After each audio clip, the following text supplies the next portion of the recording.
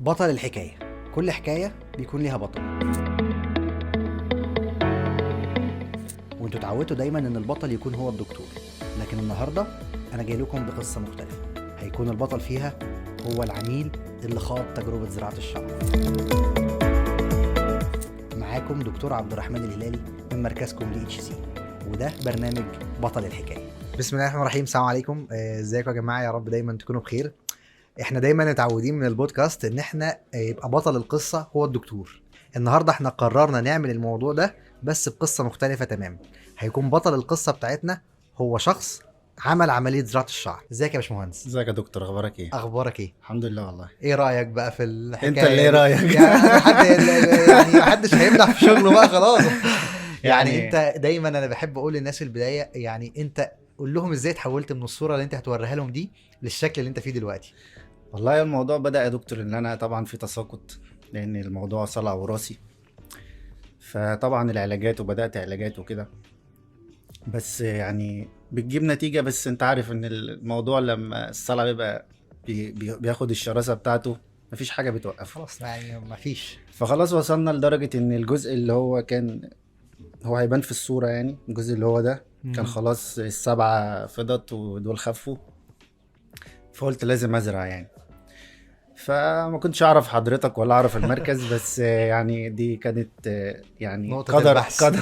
قدر حلو بالنسبه لي الله يبارك فيك يا يعني. باشمهندس، الله يعزك يا رب. دورت طبعا على مراكز وكده، بس اللي لفت نظري ان الزراعه عندكم ما شاء الله بتبان طبيعيه. خط يعني الشعر. خط الشعر طبيعي، الحمد لله. وده اللي كان يعني انا كان نفسي فيه. حتى انا لابس جاي ده عشان الناس يبان خط الشعر يعني بص. عشان ما اتكلمش كتير. ما شاء الله. فما شاء الله خط الشعر يعني كان تحفة، وكل شعر اللي انا خدت بالي منه اللي هو مناسب لطبيعة المكان اللي الشعر محطوط فيه. وطبيعة شعرك. يعني مهم. الشخص ما بيتحولش لحاجة غريبة بشعة مثلا، لا، او هو يعني حتى هي دي اللي دايما بنقولها للناس، فكره ليه الزراعه افضل من الشبكيه في بالظبط. حالات كتير. لان الشبكيه مهما كان بتبقى انت، يعني الناس بتشوف بتعرف انك حاطط حاجه، انما اظن إن يعني اي شخص غريب عنك ما يعرفكش يعني بياخد باله انك خدت التجربه دي، او يسالك او انك زارع زي ما بعض الناس بتشتكي مع زراعه الشعر، ولا ما حدش بيتخيل. هو مش بيقول لي زارع، بيقول لي انت لابس شبكية. على طول كده مره واحده. يعني بجد يعني ما شاء ده الله. يونت. يعني الحلاق اللي انا كنت بحلق عنده قال بس انا لي صدق، انا بحب اسمع الحلاقين بيقولوا ايه. قال لي انت مركب يونت. قلت له يا عم انا مش مركب حاجه. قال لي دي شبكيه. قلت له يا عم ده شعري وانت هتحلقه دلوقتي. وهجي لك تاني هاجي لك تاني. آه. ف... فالمكان طبعا لما جيت لحضرتك وخدنا القرار، انا يعني اثناء بقى العمليه انا كنت مفكر ان الرقم اللي انا هزرعه رقم كبير زي ما بسمعه 3000 تركيا بقى و4000. والحاجات اللي بيقولوها دي. فانت اخترت لي يعني احنا زرعنا تقريبا 2500 على ما اتذكر. 2400 2400 2400 بالظبط. انت قلت لي دول هيبقوا كافيين جمال جدا للمنطقة. وكافيين جدا. فدي حاجه بالنسبه لي كانت يعني فن من حضرتك، يعني انك قلت لي على الرقم بالظبط. وده طبعا بيساعد ان فيما بعد لو في الدونر معانا بنحافظ عليه دايما. احنا بالظبط، لازم عشان بناخده ما بيطلعش منها تاني زي ما بنقول للناس. فدي كانت بالنسبه لي طيب انت حكيت لي قبل كده موقف، انا فاكر ان احنا مع بعض على تواصل على طول. فقلت لي ان انت في مره جربت تنزل تجربتك كده على منصات زراعه الشعر، جروبات او كده. فالناس قالت تقول لك كومنتات غريبه. ايه اغرب كومنت انت قابلته ايه؟ واحد بيقول لي انت مش مصري انت هندي. قلت له والله العظيم مصري. والله العظيم انا مصري. صح. انا مصري والله وزارع عادي بس الناس اصلا يعني لما انت نزلت صورتك قبل وبعد، انا فاكر انت قلت لي انت كنت منزل كذا صوره، ممكن نبقى نعرضهم دلوقتي مع ناس تشوفهم على الشاشه. الناس لما شافوا الصور دول دي قالوا لك يعني كان اغلب الكومنتات بتقول ايه؟ يعني الناس كانت منبهره بالشغل ولا ما كانتش مصدقه ولا لا إيه؟ طبعا الناس مش مصدقه. هي بتقول النتيجه مش يعني اولا انت مش مصري، اللي يقول لي انت مش زارع هنا يقول لي مش عارف ايه. يا جماعه والله العظيم انا زارع عند دلتا هير كلينيك. دكتور عبد الرحمن. الله يكرمك يا رب. طيب انت ايه يعني هل الزراعه فعلا كانت سبب في تغييرك لحياتك؟ يعني انا بسال ناس كتير بتقول لي يا دكتور انا الزراعه كانت هي الانطلاقه اللي خلتني اغير في كتير من حياتي. هل ده لقيته؟ طبعا انا يعني انا طول عمري بحب شعري، يعني شعر طويل وبحبه وبهتم بيه. فلما وقع مني كنت انا زعلان جدا. فكان اول حاجه فكرت فيها وكنت بحاول اعملها اللي انا ارجع شعري. فالشعر طبعا بيدي يعني ثقة، ده ثقة عند الشخص، وبيغير شكلك، يعني بتحس انك بقيت اصغر، يعني ما يبانش عليك السن. لا لقيت رجعت سنك الحقيقي بقى، ما احنا لسه صغيرين يا باشمهندس ما شاء الله. طيب برضو يعني سؤال مهم، هل العمليه كانت صعبه؟ يعني انت لو اليوم بتاع العمليه مشى ازاي من اول ما جيت كشفت لحد ما خدت القرار، ايه اللي كان إيه؟ يعني هل في صعوبات واجهتك؟ هل في حاجات خلتك تتردد ولا كان الامور؟ لا لا لا خالص. هو يوم العملية كان، انا افتكر العملية كانت خدت 6 ساعات ونص تقريبا. تقريبا آه، حتى انا ما خدتش بينهم فواصل. انا فاكر انت كنت بتعرض عليا ان انا ممكن انت اخد كنت ريست ولا عايز حاجة. تكمل لا لا، انا كنت عايز اخلص موضوع. ممكن يعني الحاجة الوحيدة اللي كانت في العملية هي الحقنتين البنج الشكل اللي هنا دول اللي هنا نمشي دول. عليهم بقى ده. غير كده مفيش اي حاجة ما شاء مم. الله، يعني ما يعني حسيتش بأي حاجة.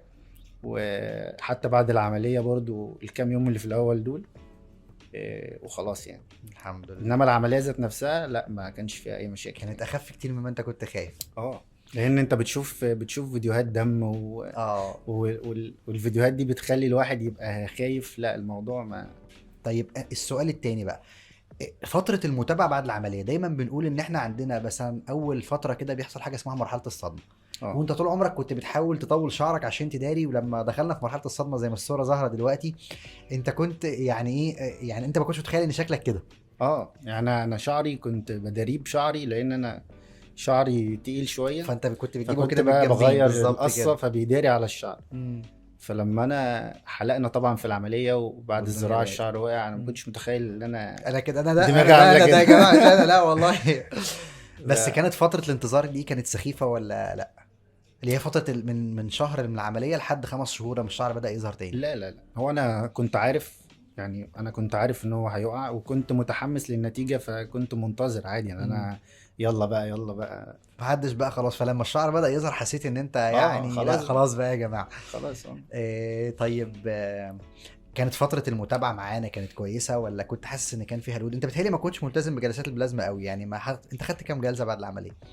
والله انا خدت بتاع 4. بس على مدار السنة ونص. اه يعني انا دايما بقول للناس يا جماعة، يعني ناس كتير تيجي تسأل تقول لي يا دكتور انا لو رحت سافرت بعد العملية وما خدتش الجلسات هيحصل ايه ولا يحصل مشكلة الشعر؟ فانا اقول لهم دايما ان الجلسات دي عمايلها تفيد وعدم عمايلها لا يضر. فانت حسيت ان انت عدم ان انت اخرت الجلسات او ان انت ما اخدتش جزء منها، هل حسيت ان هي كانت ليها مشكلة خالص؟ لا لا خالص. هو الجلسات، يعني الجلسات انا كنت شايفها مهمه بالنسبه لي لبقيه الشعر. بالظبط. انما المكان المزروع طلع على طول. ما كانش مم. كنت شايف يعني فيه تأثير يعني. بس انا بقى عشان طبيعة شغلي وكده انا مش متواجد قلت يلا خلاص كفاية علينا لا كتر خيرك يا باشمهندس. طيب انت النقطة التانية بتحكي من شوية موقف كده، ان انت لما نزلت تجربتك في حد قاعد يكلمك كل شوية كان بيقول لك ايه؟ في واحد يعني قاعد يرسلني يعني بيقول لي انا عايز ازرع وعند دلتا هير كلينيك والدكتور عبد الرحمن وخدت ميعاد مش عارف ايه. فانا كنت بشكر له وانا زارع ووريته صور، بعت يقول لك له يا عم انت صور. مش زارع. يقول لي طب يعني انا خايف. طب هي دي زراعه؟ طب يا عم والله زراعه وانا زارع والناس زي الفل لحد ما راح جاي قايل لي يعني بتاع شهرين يا ابني انت لسه ما زرعتش. لا اصل انا خايف. يعني انت فكرك ازرع في تركيا؟ قلت له لا ازرع في تركيا. تركيا انت ليك تركيا. تركيا هي الحل. يعني فكره ان انا نستغل الموقف ده ونسال السؤال، هل فعلا الزراعه مستاهله ان الناس تبقى قلقانه القلق ده؟ لا طبعا، لا طبعا. الزراعه يعني، وبعدين يعني بالنتيجه اللي انا شفتها عليا انا واللي الناس حضرتك بتعرضها، لا ناس طبيعيه الشعر رجع تاني طبيعي، بيطول وبيتسرح ومفيش اي مشاكل وبيتهيألي مفيش عمليات. ما شفتش انا عمليات فاشله. بص، هو الفشل في العمليه دايما بنقوله في فكره ان حد يعني حاجه من اتنين، يا اما يعمل خط شعر غير مناسب زي ما بنشوف ناس كتير بتلاقي الخط شعر، اكيد انت شفت ده طبعا من خط التجربه، بتلاقي خط الشعر عندهم فيك جدا، اللي هو يعني العمليه كانت بالنسبه له بدل ما كانت سبب ان انت زي ما انت ما شاء الله ظاهر معانا دلوقتي ومجمع شعرك لورا وشكلك فيري ناتشرال حتى وانت مجمع شعرك، هو بقى عنده خط شعر فيك زي المسطره.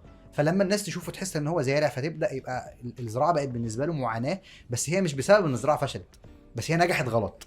بالظبط. انت فاهم قصدي؟ اللي هو فكره ان هو لما زرع يعني ما تحطلوش من الاول ديزاين كويس، ما تحطلوش من الاول خطه مناسبه، ففي الاخر خلاص هي النتيجه طلعت، بس طلعت بشكل مشوه. بالظبط لان هو اللي انا كنت بشوف فيديوهات اللي هو جهاز الليزر ده والظبطه اللي هي تحس ان لا في جهاز الليزر ده عقدني يا دكتور. انت ما عندكش جهاز يا جماعه؟ والله انا ما بحبوش. لا. جهاز الليزر ده بيديني ايحاء ان العمليه فيها قدر منها فيك. بالظبط. انا عندي خط الشعر معمول كده زي المسطره. طب انا يعني هو ربنا سبحانه وتعالى لما بيخلق خط الشعر بيخلقه زي المسطره؟ لا طبعا، هو حلاوته ان هو طبيعي، بالظبط، في حتت وفي حتت قدر من العشوائيه بالظبط كده. م. طيب انت تنصح الناس بالزراعه؟ طبعا. ليه انا بقى؟ ما بسيبش حد غير لو بقول له انت لازم تزرع لان فعلا هو مش شايف هو هيتغير ازاي ولا هيبقى شكله عامل ازاي، هو مش متخيل وخايف، لكن الموضوع سهل جدا يعني انا بنصح اي حد بشوفه بقول له لازم تزرع شعر. يعني كانت التجربه حلوه وغيرت من حياتك، فانت عايز الناس تتغير زيك. طبعا. طيب انا عايزك بقى تحكي حاجه مختلفه شويه. هل فكره الزراعه قائمه على الشخص الواحد؟ لا طبعا، يعني العملية اصلا اللي بتتم هو طبعا في فريق عمل.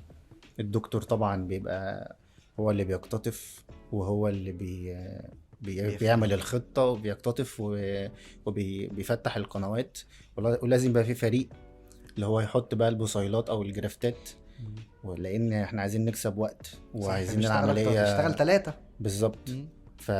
فهو المكان لازم يبقى فريق متكامل، كل واحد فيه عارف هو بيعمل ايه، فلازم يبقى هو فريق متكامل مش قايم على شخص واحد. فاكر الناس اللي كانت معاك في العمليه؟ انا مش فاكرهم. فاكرهم طبعا. يعني انا فاكر احمد السقا احمد السقا وزرع لي الحته اليمين ده ده ازيك يا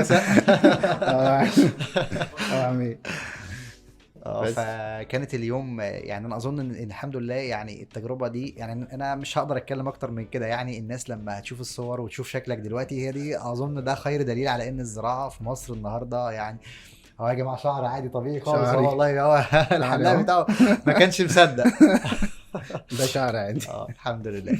أيوة. فيعني انا حابب اشكرك على التجربه دي يا باشمهندس، ولو انت عايز تقول لسه اي حاجه للناس قول. والله احنا مرتجلين يا جماعه البودكاست ده كله. والله انا اللي بشكرك يا دكتور علشان العمليه، بشكرك وبشكر الفريق لان انا مبسوط من العمليه والحمد لله يعني وبنصح اي حد يزرع عندكم بدون اي نقاش يعني. ربنا يبارك فيك يا باشمهندس والله، وشكرا على الحلقه الجميله دي. الله يكرمك يا باشمهندس.